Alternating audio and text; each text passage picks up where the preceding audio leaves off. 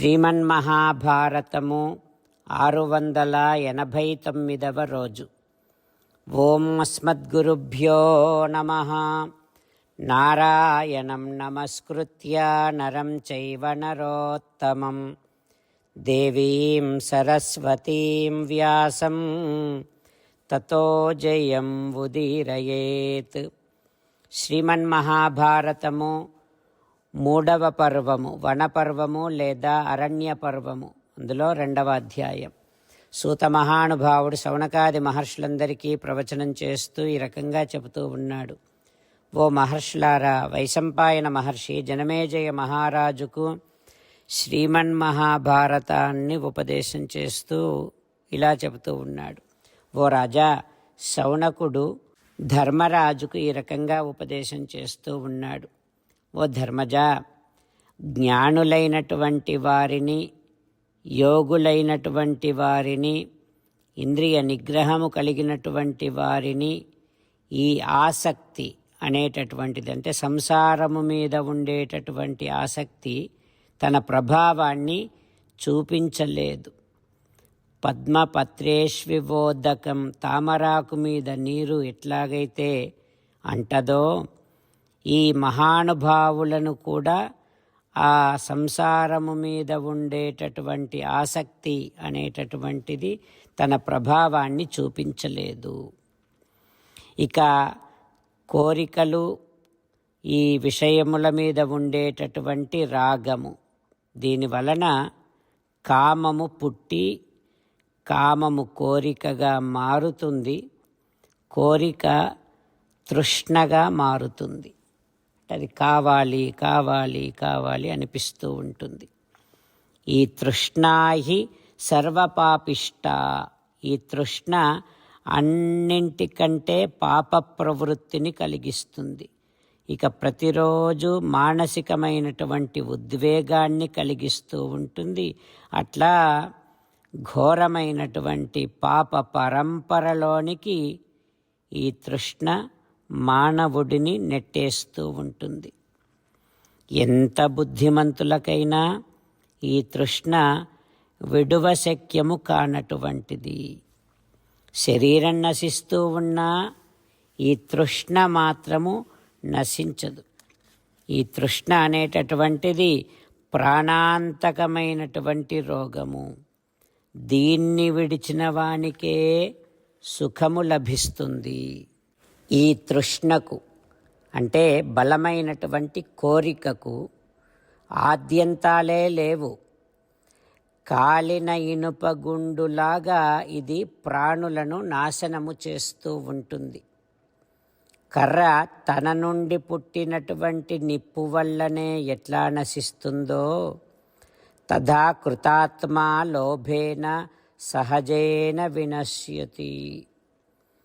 ఆ రకంగానే వశము తప్పినటువంటి మనస్సు కలిగిన మానవుడు సహజంగా తనలో పుట్టినటువంటి లోభము చేత, తృష్ణ చేత నాశనమవుతూ ఉంటాడు.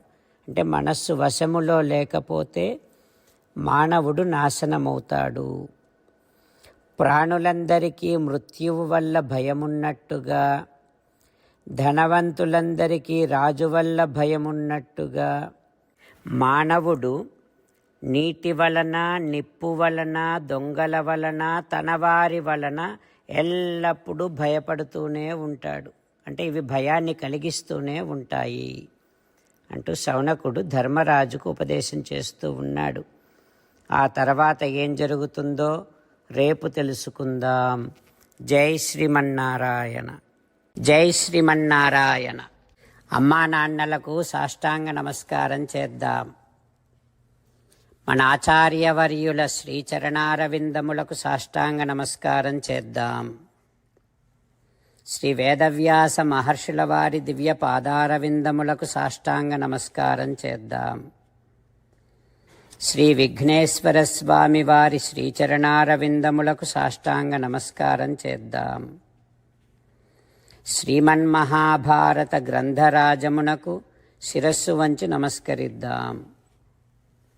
శ్రీకృష్ణ భగవానుని శ్రీచరణారవిందములకు సాష్టాంగ నమస్కారం చేద్దాం.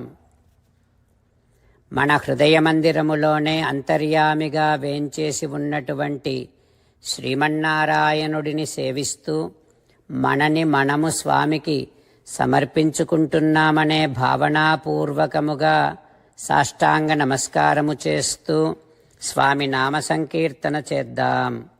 శ్రీమన్నారాయణ నారాయణ నారాయణ శ్రీమన్నారాయణ నారాయణ నారాయణ. శ్రీమన్నారాయణుడే శ్రీకృష్ణ భగవానుడిగా వచ్చి మనందరికీ భగవద్గీతను ఇచ్చి మనందరినీ ఒక 8 పనులు చేయమని చెబుతూ ఉన్నాడు. అందుకని భగవన్ తప్పకుండా చేస్తామంటూ మనం ప్రతిరోజు ఈ రకంగా మాట ఇద్దాం. హో శ్రీమన్నారాయణ కరిష్యే వచనం తవ సర్వం శ్రీకృష్ణార్పణమస్తు. జై శ్రీమన్నారాయణ. జై శ్రీమన్నారాయణ. భక్తులకు ప్రత్యేకమైనటువంటి విజ్ఞాపన. మీకు అన్ని విషయాలలో వెంటనే మంచి ఫలితాలు రావాలి అనంటే ప్రతిరోజు 1 నిమిషం వెచ్చించి నారాయణాస్త్రాన్ని చదవండి. ఇక మీకు తిరిగే ఉండదు. నారాయణాస్త్రాన్ని పొందడానికి మీరేం చేయాలంటే నారాయణాస్త్రం అనే వెబ్సైట్కి వెళ్ళి మీ పేరు మీ ఈమెయిల్ ఇస్తే మీ ఈమెయిల్కి నారాయణాస్త్రం PDF వస్తుంది. అందులో ఒక రామాయణ శ్లోకం, ఒక గీతా శ్లోకం, ఒక విష్ణునామం ఉంటాయి. ఆ 3ంటిని కలిపి నారాయణాస్త్రం అంటాం. ప్రతి ఒక్కరికి వేరువేరు శ్లోకాలను ఇస్తున్నాం.